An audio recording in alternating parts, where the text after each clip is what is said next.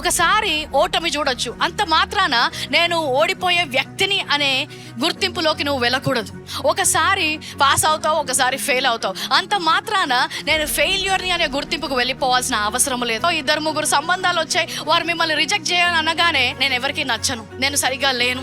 Divorce నుంచి వెళ్ళినప్పుడు ఇంకా మళ్ళీ నా జీవితం అలాంటి మంచి రోజులు చూడలేదు, మళ్ళీ ఆ ఆనందకరమైన దినాలు నేను అనుభవించలేను. ఎప్పుడూ మళ్ళీ కోలుకోలేనంతగా నీ జీవితము పాడైపోయినట్టు సాతాను చేసే క్రియ ఏంటంటే, ఒక సంఘటన జరిగినప్పుడు ఆ సంఘటనను మీ గుర్తింపుగా మార్చడానికి ప్రయత్నిస్తుంది. So one incident is not your identity.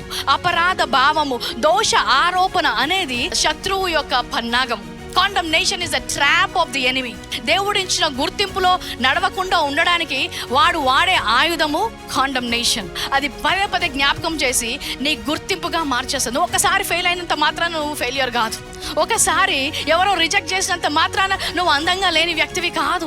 సమాజము నువ్వు చేసిన తప్పుల ద్వారా నేను గుర్తిస్తుంది, కానీ క్రీస్తు మాత్రము నీకున్న గమ్యస్థానము ద్వారా నేను గుర్తిస్తాడు. Hallelujah. So people will name you by your history, but God names you by your destiny.